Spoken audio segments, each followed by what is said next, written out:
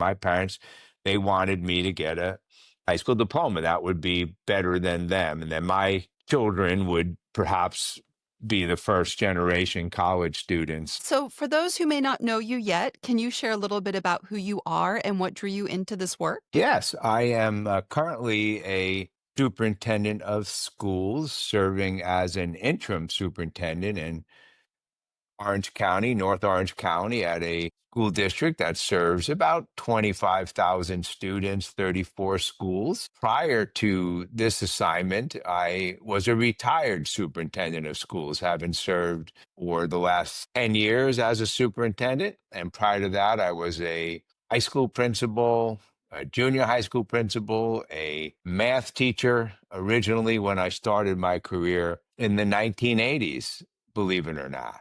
So I've been a career educator, and I also am on the faculty at California State University in Fullerton, where I teach in the education doctorate program. I've been there for 16 years. So uh, I have been drawn to this work in particular related to Joe Dixon and the team at School Leaders because I've always had an interest in creating spaces for learning, knowing that spaces impact what is done in those spaces. For example, you build a lecture hall, people will lecture. You build a space, a maker space, and people will make things. So I've always been fascinated by how we have not necessarily taken space or created facilities historically that would help shape the type of instruction and learning that has gone on. So I believe that it has alone the greatest impact, really, for shaping what goes on inside of those particular spaces. What is a fun or surprising fact about you that people don't usually expect from a school facilities and bond program leader? Well, I was born and raised in New York, which is not a fun fact, other than the fact that that's what really shaped me. Knowing that it's very different in New York as far as the education system is concerned, facilities specifically because they're indoors. It's cold in New York most of the year and it's wet and rainy. And coming out to California, all of a sudden there are no buildings. It's modulars in a lot of cases or just separate wings of classrooms. There's no major building that you go in. So, it's really been a neat thing coming from one type of education where I myself was educated to educating others in a completely different environment. Made me really think about how much the environment really has an impact on learning. Plus, I'm old, and I grew up learning in a very traditional way as someone my age would have in that era, where it was all compliance based, and everything was all about compliance. And I, as a good Catholic boy, I grew up learning how to kneel, sit, and stand on command. So I was a good student in that regard as far as compliance is concerned. And that's just not the world we live in today. And again, spaces have a lot to do with that as well. The freedom that learners have when you're in a very traditional setting. So, if you weren't working in facilities planning, what career do you think you would be in right now? Well, and as a superintendent of schools, I'm in every element of education. So it's not as though I'm in the school facilities business, but as a superintendent of schools, chief executive officer, basically, you're involved in that element of the education process. If I wasn't in education, um, I would be in something related to sports because I enjoy sports more than anything else. I just love the game. I love the stories. I love where it has evolved or how it has evolved. And you're there in the cradle of college sports down there in Alabama. Oh, And Yeah. And I yeah, was in the $1 million marching band for University of Alabama. okay, Football so is yeah, religion. so yeah. Yeah. Oh yeah, it's religion and I love it. So I probably would have pursued a career in sports journalism because I love to Yes. write Mm. and I just love the stories. And you could really study American history, at least modern American history through sports and have a pretty good grasp on our country. So what was your first job that you ever had? I worked at Vito's Pizzeria Okay. uh, in New York in a very ethnic enclave, and I washed dishes. I worked my way up eventually to busing and waiting, but I was 14 uh, at that point, and Vito's was kind of our neighborhood pizzeria and restaurant. And I did whatever they needed me to do, which typically was washing the dishes and keeping the place clean. And eventually, Vito himself taught me how to cook, as did my family. But Vito, was a chef, and so I eventually learned how to make sauce and how as he made it, and then a number of Italian dishes, and then a lot of the little tricks you learn when you're in a kitchen. Now everybody loves watching Anthony Bourdain or diners, drive-ins, and Guy Fieri, and there's a million cook shows on, and even shows like The Bear, and these are very, very popular. So I actually, yeah, grew up in that type of environment because I grew up in New York, um, and you never got out of the kitchen.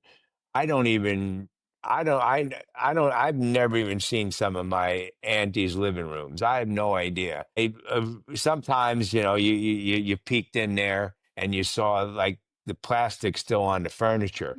I always Yeah. wonder what they call the living room. No one's ever living in there. It makes no sense to me. But in New York, the way all the homes are set up, you go right into the kitchen and you never leave the kitchen. There's always coffee. There's always Entenmann's on the table. Everyone sits around, they eat and uh, hang out, talk, and so then working in an Italian restaurant again, same thing. You're in this space that it all shapes your behaviors. Growing up in kitchens, definitely had an impact on me. You eat all the time, number one.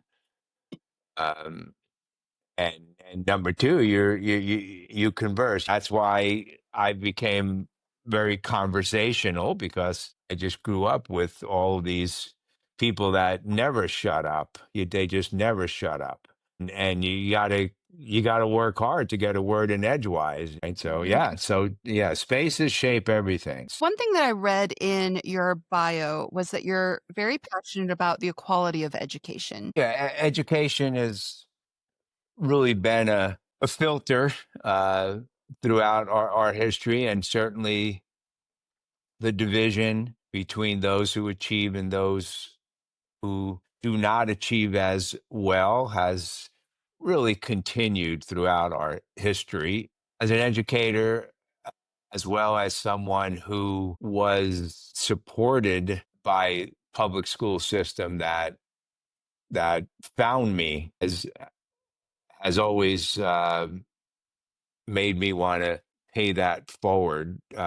When I was going to high school in New York in the 70s, in the early 70s, everyone was on two tracks. One was a college track and one was a trades track. Not Yeah. unlike a European model. And really, it was based on how well you performed in school and promise, but also testing and who your parents were.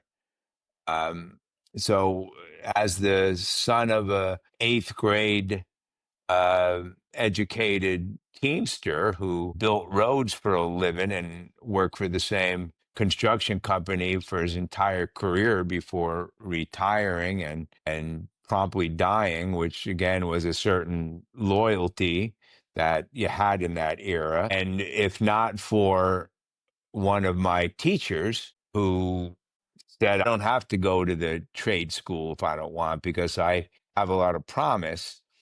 And he went to my counselor and to my family and eventually talked my family into changing my track going into my sophomore year because this was the program that they identify you in grade 9 and then they have information, of course, regard from your about your family and about all that kind of stuff. And families fill out forms about the things they'd like to see. And my parents, they wanted me to get a high school diploma. That would be better than them. And then my children would perhaps be the first generation college students. So that was that era. My parents born, prior to the Depression. So that was uh, perfectly acceptable at that time, and schools supported that. But I did have a teacher who saw something very special. I mean, I wanted to stay at the high school because I also love sports. And if you were at the trade school, you didn't do sports because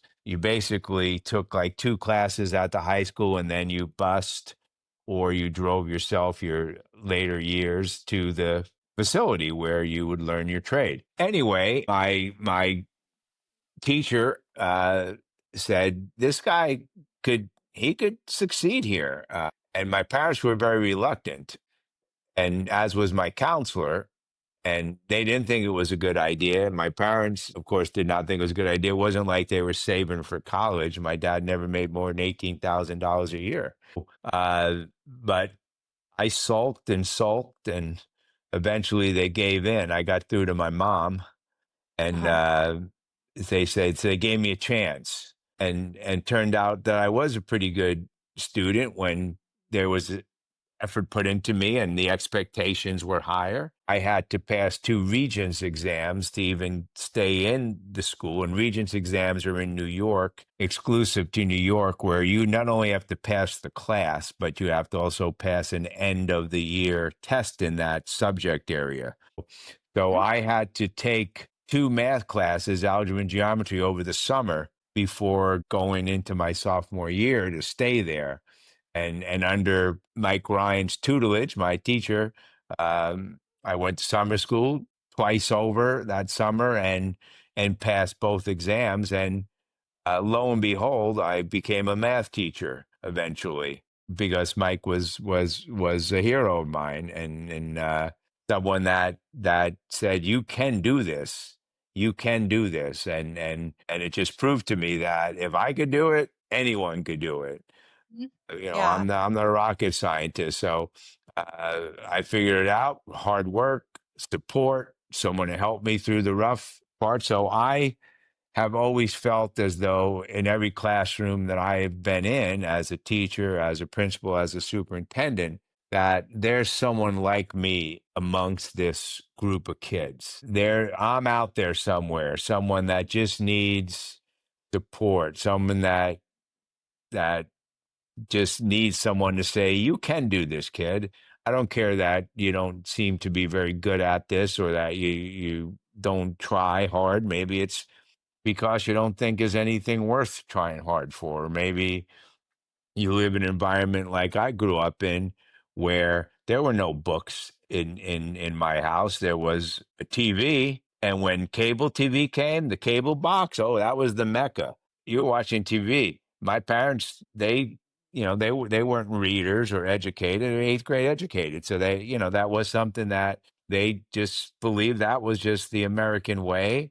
They made me do my homework, but they couldn't really help me with it. So at some point, that really shaped my style of being an educator. My parents were really conscientious as parents, and they believed their responsibility was to clothe me and feed me and teach me right from wrong. They made sure I did my homework, but they couldn't help me with it. So it's a whole different uh, environment. So I have been an education leader in some very, very low socioeconomic communities where children of immigrant parents, uneducated parents, same thing. They love their children and they want to support them, but they can't necessarily help them. So I've always felt as though, as the educator, that's our responsibility to provide that, and that's why I've always been involved or interested, I should say, in transformative facilities, because I do believe that facilities could transform the learning processes for both the learner and the teacher, because everyone doesn't learn in the same way. Neurodiversity is something that we've learned more and more about as more and more children come with certain challenges to their learning. Again, I talked earlier about being a good Catholic boy and learning how to sit, stand, and kneel on command, and that worked out well for the compliance-driven classroom in my era. Well, that's not the case today, and you sitting on a hard seat for certain children uh, is not possible, let alone supporting their education. So now, when we create these learning spaces where we have a variety of different types of seating options for kids, and classrooms are networked, and there's digital media labs, and so much project-based learning. So these spaces are very, very flexible, and there are a lot of movement within it.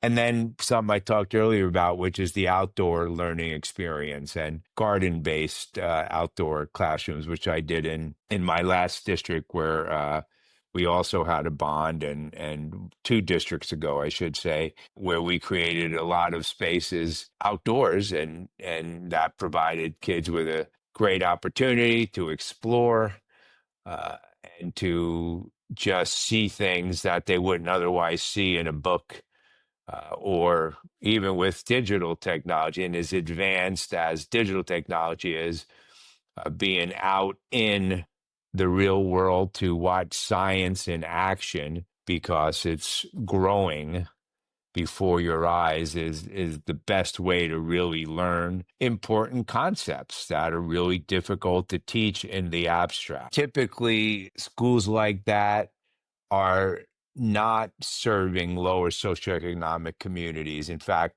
they're often associated with universities, which Mhm. have schools for their professors' children to go to, farm Yeah, schools, and other type of learning environments where kids are literally learning in a outdoor environment, where they learn about fractions and math by putting a stick in the ground and creating a sundial, and uh, just totally learning from nature, as as if they're John Muir walking yeah, on a trail and experiencing life firsthand. So yeah, it's yeah, it's Emerson's pond, right? It's just a whole different approach absolutely, to yeah. learning, and that's not always been equitably Oh, delivered absolutely not, yeah. in our world. So that again is something that through facilities, transformative facilities, you actually, you could Yes. do. And Mhm. my approach to the planning process, and I know this is consistent with Dixon's philosophy, is really to prioritize access and inclusion. You asked me about equity. Um, Yeah, so you're really looking at how all these different support services, because special education, as an example, uh, used to be regarded as a space. It was a place. There was a special school for children with disabilities or who were different. Whereas now, in the era of inclusion, and the IDEA, it's incorporated in mainstream, but we still have to be able to provide those services. So the shift from special yeah, education being a place to being a service is really important when you design spaces for learning. And also the community that you're serving, and there's cultural needs of every community. So sometimes you have to really break down some of these systemic barriers as well, to be able to absolutely. provide that needed access. Yeah. I could sit and talk with you for another hour easily. I didn't even get to, I think, half my questions because I've just enjoyed our conversation so much.